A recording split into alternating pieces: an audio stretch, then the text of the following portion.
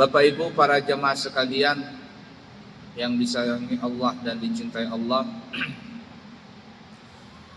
untuk mempersingkat waktu, marilah kita melanjutkan pembahasan kita di dalam kitab Qisasul Anbiya, cerita para nabi dan rasul, yang dikarang oleh Al-Imam Ibnu Katsir rahimahullahu ta'ala wa nafa'na bihi wa bi'ulumihi fid din dunya wal akhirah.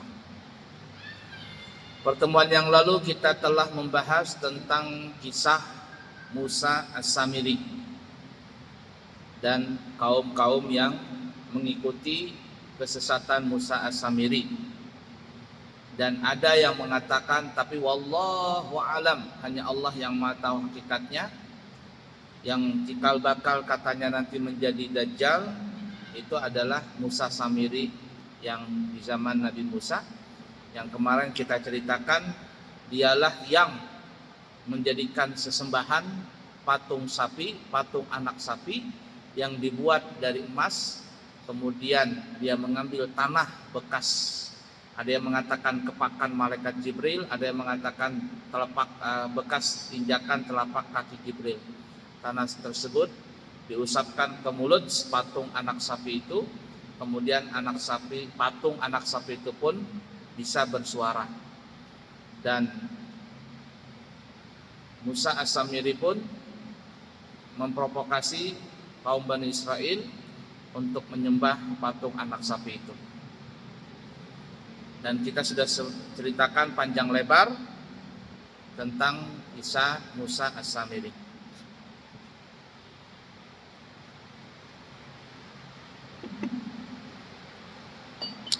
Baik, kemudian kita akan membahas judul yang baru, tapi masih dalam cerita Nabi Musa, yaitu berkaitan dengan kisah surah Al-Baqarah.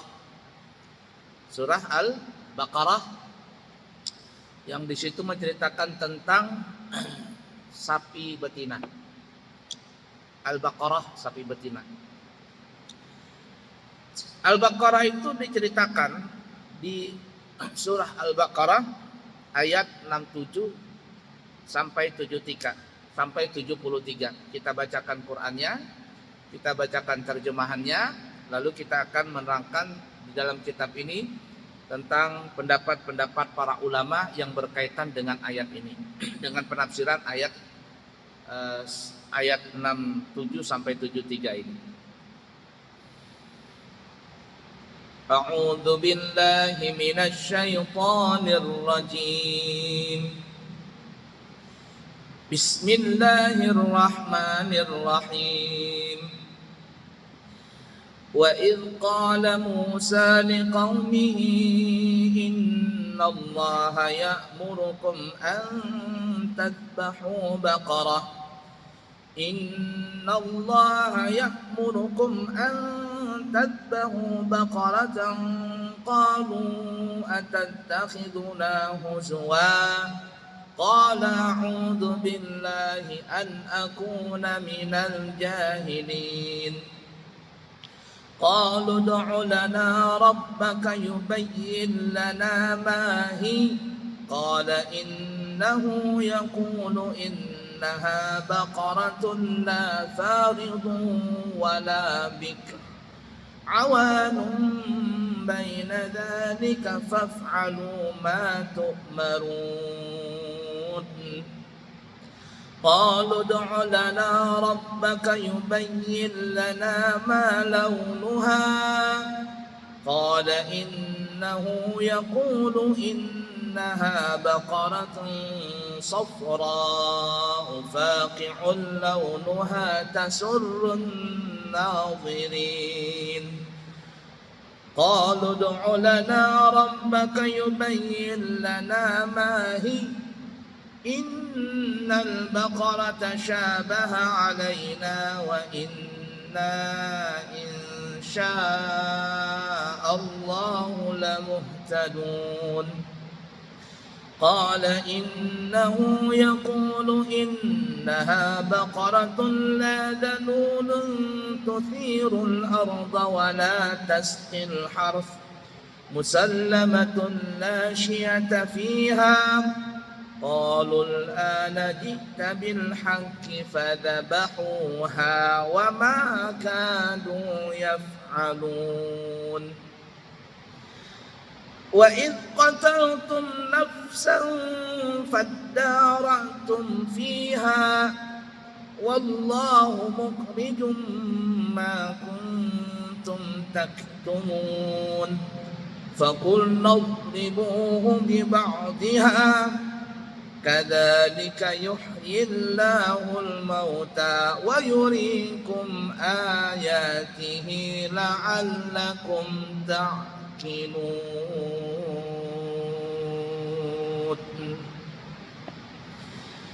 Dan ingatlah wahai Nabi Muhammad,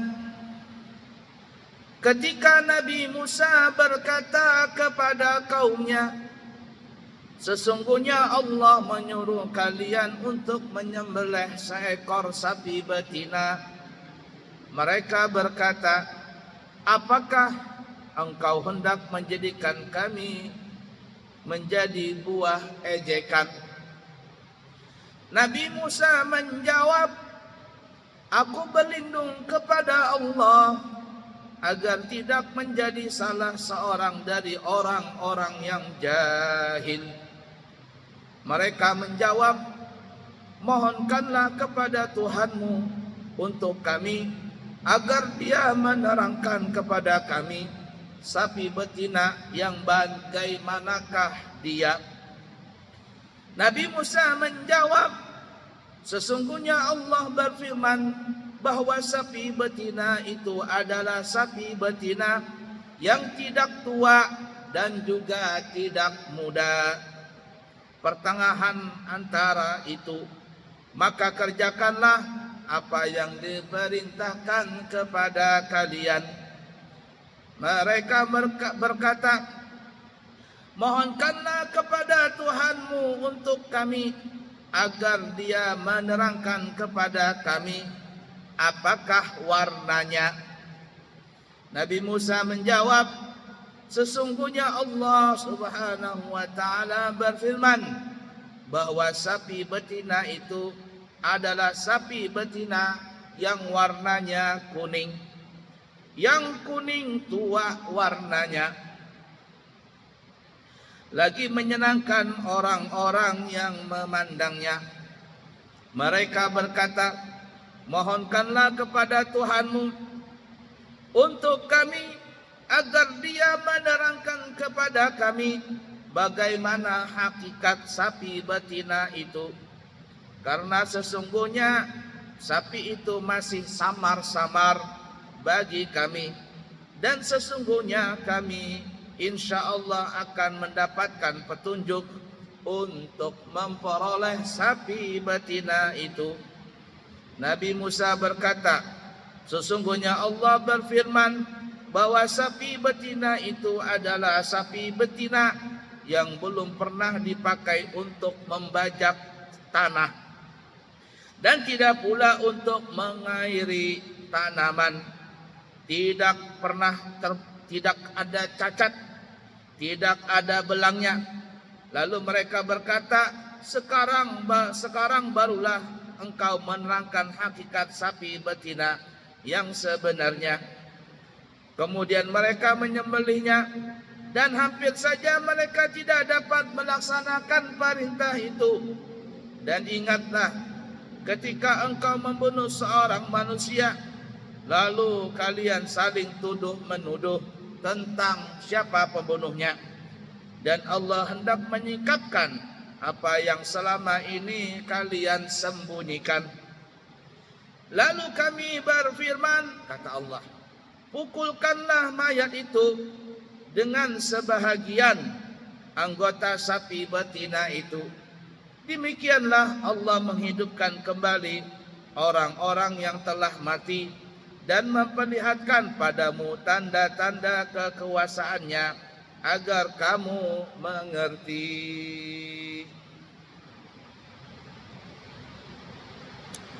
Apa maksud cerita ini? Nah, ya. Kita bahas di sini ya. Al-Imam Ibnu Abbas, Abdullah bin Abbas, keponakan Nabi kita Muhammad SAW, Ubaidah As-Salmani, Abu Aliyah, Al-Imam Mujahid As-Sa'di, dan beberapa ulama salaf menceritakan, konon di kalangan kaum Bani Israel terdapat seorang laki-laki yang kaya raya. Jadi zaman Bani Israel itu ada orang kaya banget. Bukan lagi miliarder, apalagi triliuner. Kaya banget dah orangnya. Dia telah berusia lanjut dan tidak mempunyai anak. Jadi kaya, sudah tua, nggak punya anak. Lalu siapa yang mau mewarisi hartanya nih kalau meninggal?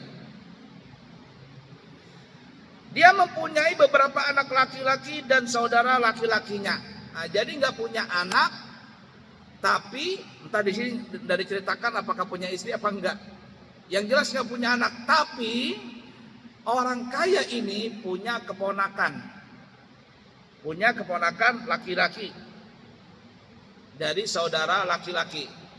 Jadi dia ini nggak punya keluarga. Dalam cerita ini nggak ada punya keluarga kecuali cuma satu keluarganya.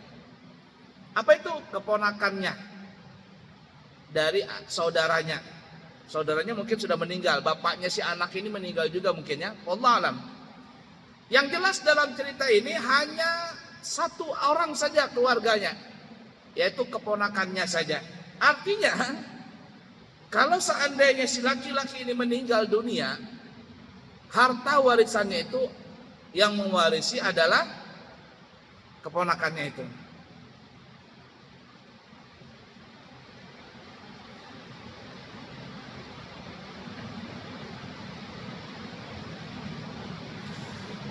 Di sini diceritakan bukan hanya satu keponakan ya, ada beberapa keponakan. Nah, yang keponakan ini sudah nggak sabar kepingin mendapatkan harta warisan dari pamannya ini. Mudahan paman lekas mati. Tuhan, tapi kada mau mati-mati nih. Gimana supaya cepat mati nih ya? Diracun kah, diapain kah? Supaya lekas mati. Jahatnya manusia itu ya, jahat ada. Saya pernah ketemu orang seperti itu. Bapaknya sakit ini ya, tapi belum mati-mati. Kata anaknya, mudahan bapak cepat mati katanya, supaya kita dapat harta warisan. Ini bungul anak ini. Jahat. Bapaknya didoakan mati supaya cepat dapat harta warisan. Nah begini juga nih dalam cerita Al-Baqarah ini, keponakan orang kaya ini kepingin pamannya segera mati. Pada suatu malam, ada seorang di antara mereka telah membunuhnya. Jadi beberapa keponakan ini, ada yang bandel, ada yang jahat. Dibunuhnya pamannya yang kaya tadi. Entah siapa yang membunuh. Pokoknya di antara mereka itu ada yang membunuh. Lalu setelah mati, dibunuh, mayatnya si orang kaya ini dibuang di tengah jalan. Dibuang di jalan raya, tengah jalan begitu. Nah, jadi masalah berbuatan harta itu bukan hanya zaman sekarang, mulai zaman dulu sudah saling membunuh masalah harta. Jadi harta ini mengerikan. Harta ini bisa menjadikan persatuan, tapi juga banyak menjadikan perpecahan. Bahkan perpecahan bukan hanya dari dua orang, tapi bisa dari saudara. Sesama saudara bisa berkelahian gara-gara warisan. Lihatin aja tuh, banyak orang berkelahi kakak adik gara-gara harta warisan abah mamanya. Banyak itu. Banyak sekali. Nggak tegur-teguran. Ya. Gara-gara cuman harta warisan. Jadi harta ini memang membahayakan.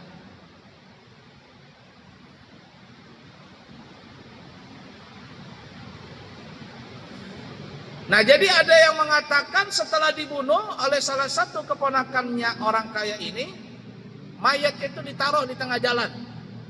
Ya mungkin ditaruh di lampu merah begitu, lampu merah apa namanya itu? BC itu. Tapi ada juga yang mengatakan bahwa mayatnya si orang kaya ini ditaruh di depan pintu salah satu di depan pintu rumah salah satu keponakan orang kaya ini. Ya bahasa kitanya apa namanya ini? Supaya membuat fitnah. Yang membunuh ini adalah orang ini, padahal yang membunuh adalah si A si B yang dituduh. Jadi dia kepingin, yang membunuh ini kepingin saudaranya sendiri tertuduh sebagai pembunuh. Nah, dan itu terjadi di malam hari ya, pembunuhan itu. Dan ketika di pagi hari orang ribut mendapatkan mayat orang kaya ini. Orang kaya raya itu mati. Ada yang bunuh. Gimana nih, siapa yang membunuh ini? Ribut masyarakat pada saat itu membicarakan tentang siapa pembunuhnya ini.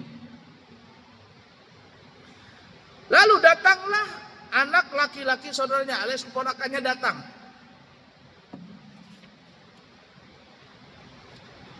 Entah siapa yang datangnya, apakah yang membunuh tadi ataukah keponakan yang lain. Nah, tapi dalam cerita ini dikatakan yang membunuh itu datang pura-pura merasa sedih. Siapa yang membunuh pamanku? Nah, begitu dia kan ya, main drama. Menangis, menjerit, memaki. Ini harus diungkap siapa pembunuhnya. Harus diadili dengan seadil-adilnya. Padahal maka dia sendiri yang membunuhnya. Akhirnya mereka berkata,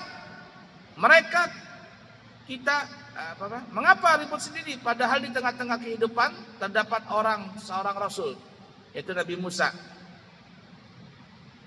Jadi ribut ya, siapa pembunuhnya? Yang keponakan yang membunuh ini pura-pura, wah ini pasti ada yang membunuh ini, sabotase dan sebagainya. Orang-orang Bani Israel pada saat itu juga bingung, siapa yang membunuh?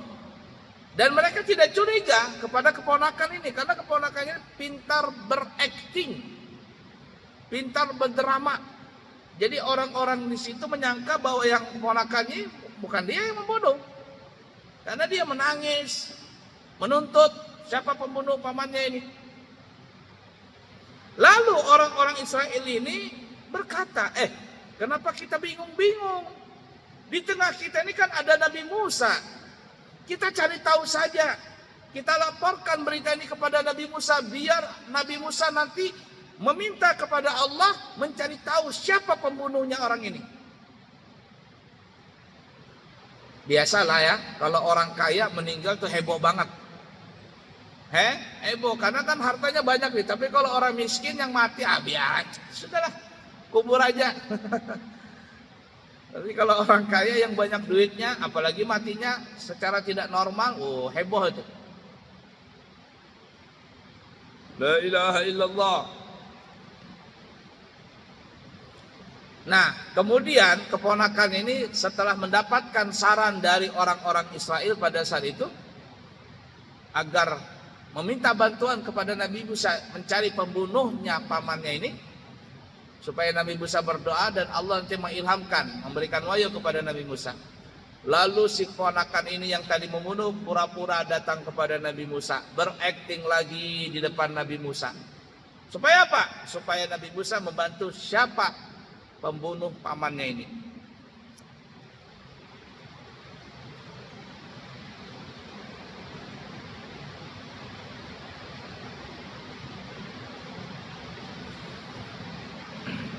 Nah pada saat itu Nabi Musa menginterogasi dulu. Jadi tidak langsung kepada Allah Ta'ala. Syariatnya dulu. Tadi malam siapa yang melihat orang kaya ini berjalan? Atau tadi malam siapa di antara kalian yang bertemu dengan orang kaya ini? Atau mungkin ada yang melihat siapa pembunuhnya? Pada saat itu orang-orang Israel sukut semuanya. Diam. Gak ada yang tahu. Kami tidak tahu Nabi Musa. Di antara kami tadi malam gak ada yang bertemu dengan orang kaya ini. Dan di antara kami tidak melihat siapa pembunuhnya ini. Artinya dalam kasus ini, kasusnya betul-betul tidak tahu betul-betul rapi cara membunuhnya ini. Jejaknya nggak ada. Kalau sekarang ini sidik jarinya nggak ada, TKP-nya pun nggak jelas di mana pembunuhannya. Tiba-tiba terdapat di pinggir jalan saja. Nah, karena syariatnya tidak dapat, Nabi Musa pun tidak menemukan saksi. Nabi Musa pun tidak mengetahui siapa yang pernah melihat, terakhir melihat orang kaya ini tadi malam. Nggak ada. Lalu Nabi Musa bermunajat kepada Allah Ta'ala, meminta bantuan kepada Allah untuk membuka kasus ini. Nah, kemudian setelah Nabi Musa bermunajat kepada Allah, Allah perkenankan. Tapi Allah tidak membongkar langsung siapa pembunuhnya. Allah memberikan lika-liku dulu.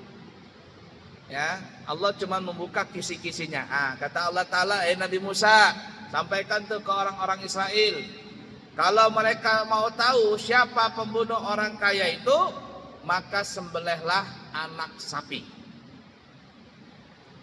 Mungkin kalau kita disuruh begitu agak bingung, loh kok disuruh mau nyembelih anak sapi, apa urusannya ini? Ini pembunuhan, mengungkap kasus pembunuhan, tapi caranya menyembelih anak sapi. Apa urusannya ini?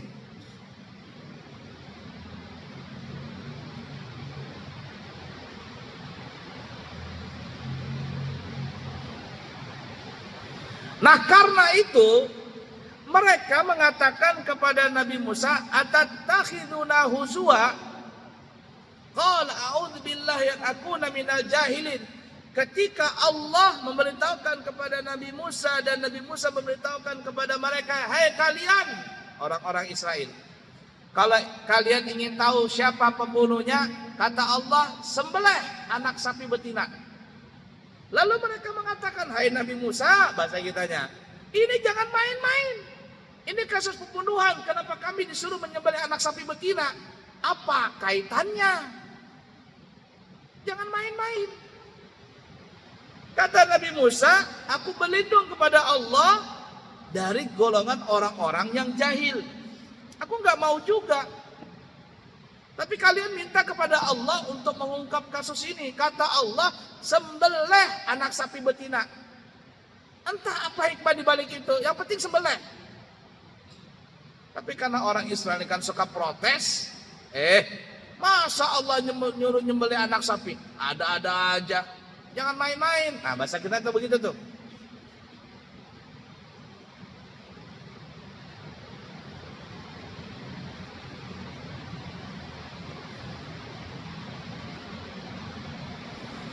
Sampai akhirnya mereka ini bertanya bagaimana sapinya itu. Padahal tadi Allah tuh ya, Allah Subhanahu wa taala cuma menyuruh kepada mereka, kalau ingin kalian membuka kasus pembunuhan ini, cukup kalian cari anak sapi betina. Sembelih anak sapi betina. Coba kalau seandainya mereka langsung mencari anak sapi betina, mereka beli sembelih, terungkap kasus itu. Tapi karena mereka ini nggak percaya, setengah nggak percaya bahasa kitanya, menganggap Nabi Musa ini mengejek-ejek mereka, lalu mereka bertanya, sapinya yang bagaimana? Sapi betina itu banyak, tapi yang bagaimana? Inilah orang Israel nih ya, disuruh malah balik bertanya. Mereka itu sebenarnya mencari alasan-alasan saja. Nah, kata ulama begitu juga kita.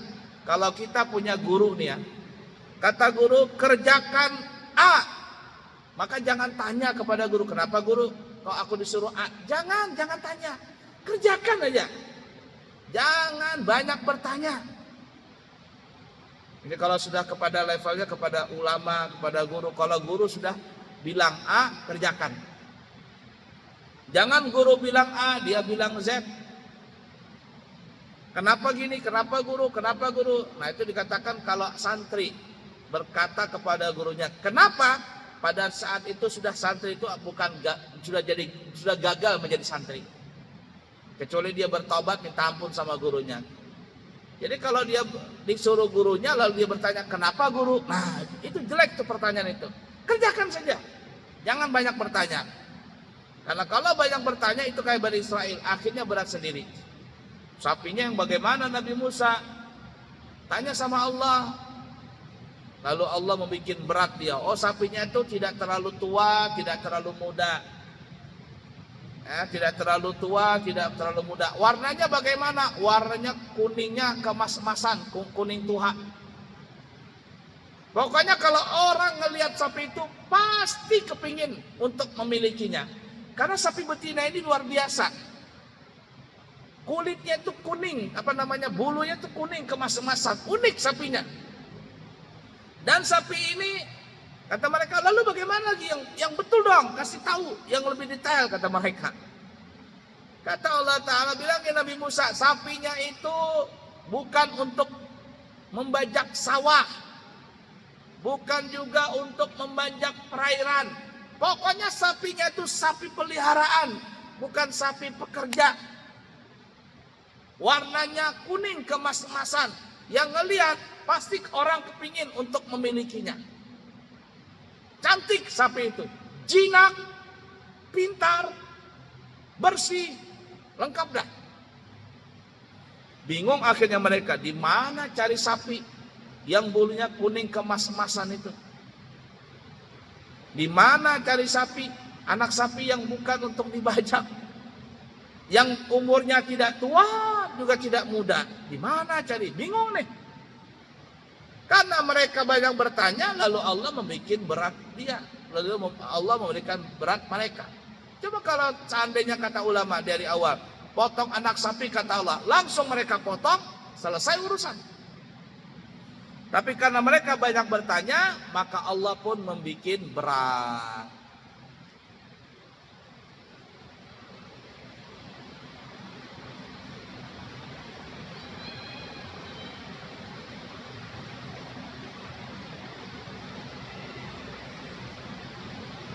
Itu ya, kata ulama seperti itu. Ya intinya mereka itu sebenarnya ogah juga untuk melaksanakan perintah Allah. Karena keogahannya itu akhirnya banyak bertanya.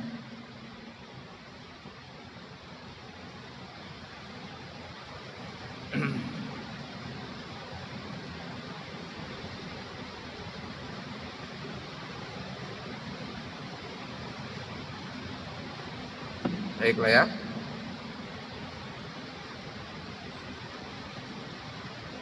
Berapa menit lagi? Silakan. Ya.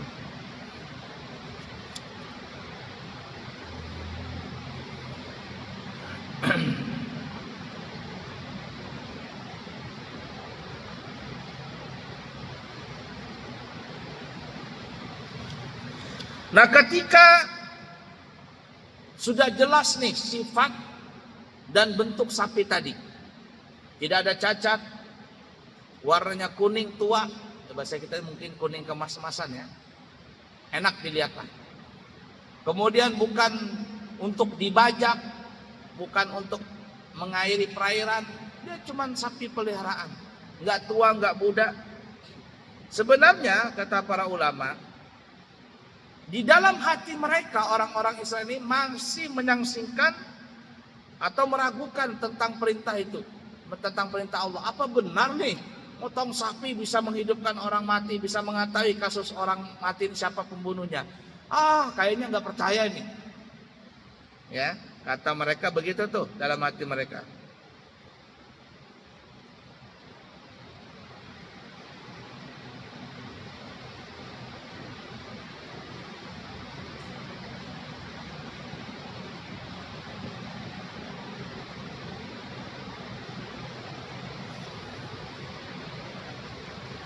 Nah, di dalam cerita yang lain,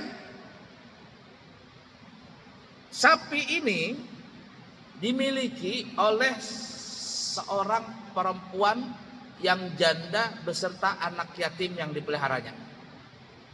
Jadi ibu dan anak nih ya, punya sapi nih, sapi yang kriteria nih.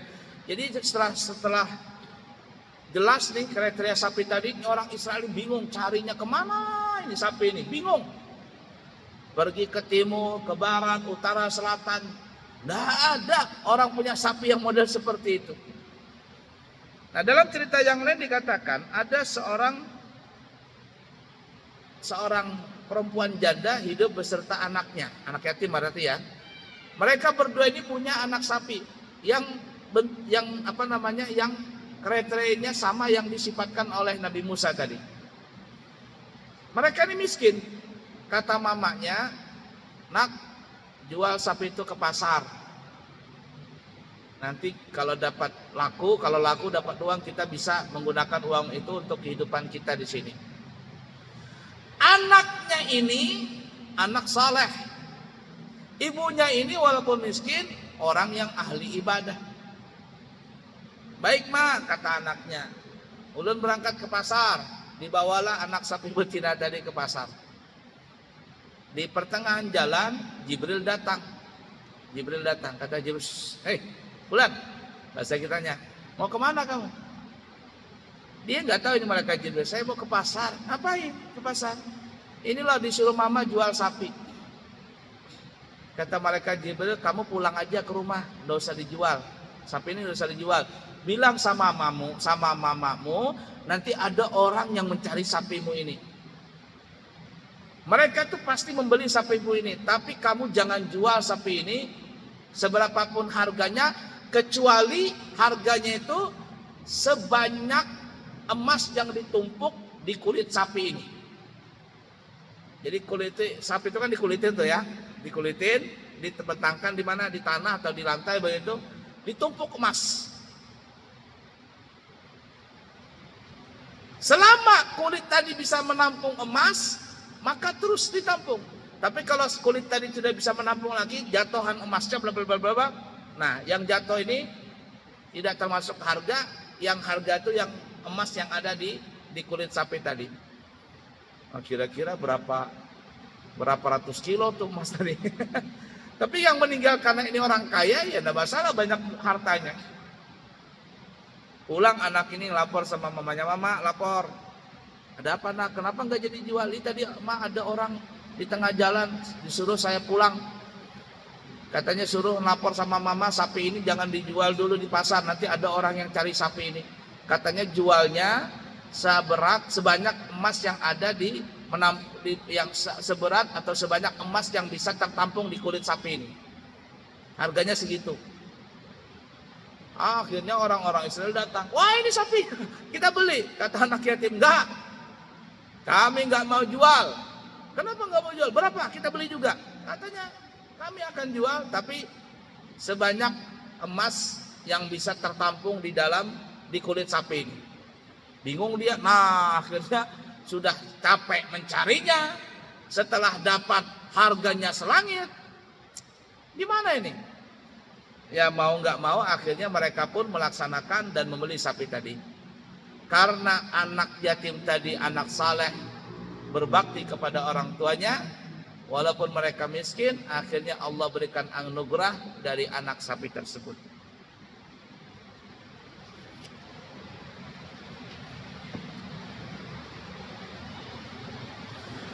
Nah, setelah sapi tadi dibeli, mohon maaf ya. Disembelihlah sapi tadi. Sembelih. Di mana sembelihnya? Di samping orang kaya yang mati tadi.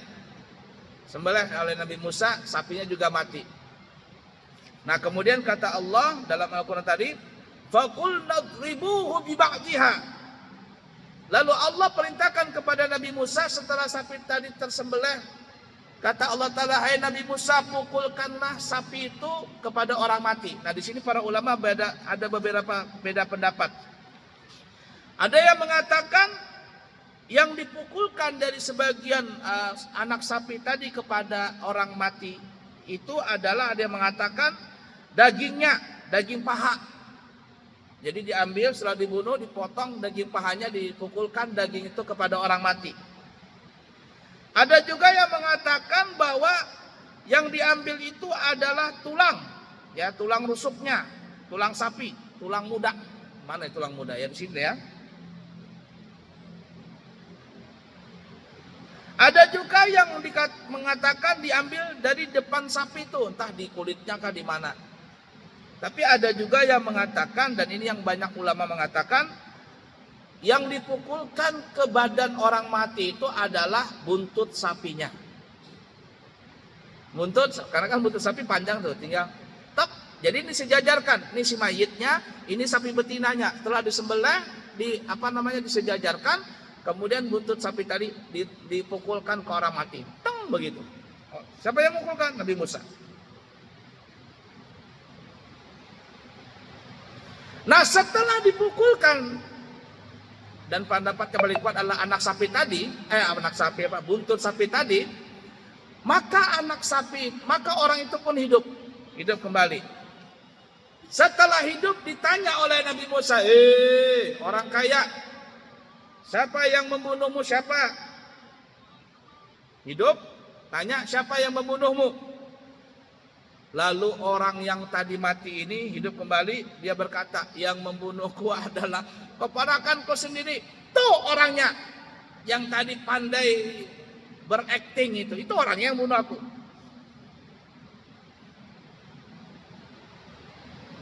Setelah mengucap seperti itu, kasusnya terbongkar, orang ini pun mati lagi. Tak begitu. Sudah selesai. Sudah terbongkar kasusnya, habis itu sudah. Orang itu pun mati kembali. Nah, sedangkan keponakannya itu pun akhirnya dihukum mati, dikisos lah, dihukum mati. Nah, kata Allah, kadzalika yuhyillahul mauta wa yuriikum ayatihi la'allakum ta'qilun. Begitulah Allah gampang untuk menghidupkan orang yang sudah mati. Dan itu adalah salah satu tanda-tanda kebesaran Allah bagi kalian yang berakal. Wallahu a'lam bishawab. Nah, itu kisah Al-Baqarah, sapi betina yang ada disebutkan di dalam surah Al-Baqarah. Wallahu a'lam bishawab. Kiranya cukup sekian dulu. Insyaallah kita sambung lagi. Insyaallah tanggal 24 minggu depan jam 8 pagi kurang lebih atau jam 9 kami beserta rombongan akan berangkat umrah di bulan November ini dari tanggal 24 dan insya Allah kembali tanggal 7 Desember. Jadi saya tidak bisa mengisi pengajian, nanti silakan saja diatur siapa yang mengisi. Kembali tanggal 7 Desember dan insya Allah nanti setelah 1 bulan beristirahat kurang lebih tanggal 15 Januari 2025 kami akan membawa rombongan kembali berangkat umrah. Dan kami masih membuka pendaftaran. Siapa tahu ada yang kepingin berangkat umrah di bulan Januari, maka kami buka dengan harga 30 juta dari Balikpapan, keberangkatan selama 14 hari dan sudah gratis semuanya, termasuk insya Allah 5 kali umrah, masuk museum, ke Taif, naik kereta gantung dan sebagainya. Itu sudah gratis include dari harga 30 juta itu. Nah, siapa tahu ada yang kepingin berangkat di bulan Januari 2025, kami masih ada 6 orang yang kosong. Siapa tahu ada yang mau segera mendaftar. Baik, kiranya cukup sekian. Subhanakallahumma wa bihamdika asyhadu an la ilaha illa anta astaghfiruka wa atubu ilaihi wa akhiru kalam. Wassalamualaikum warahmatullahi wabarakatuh.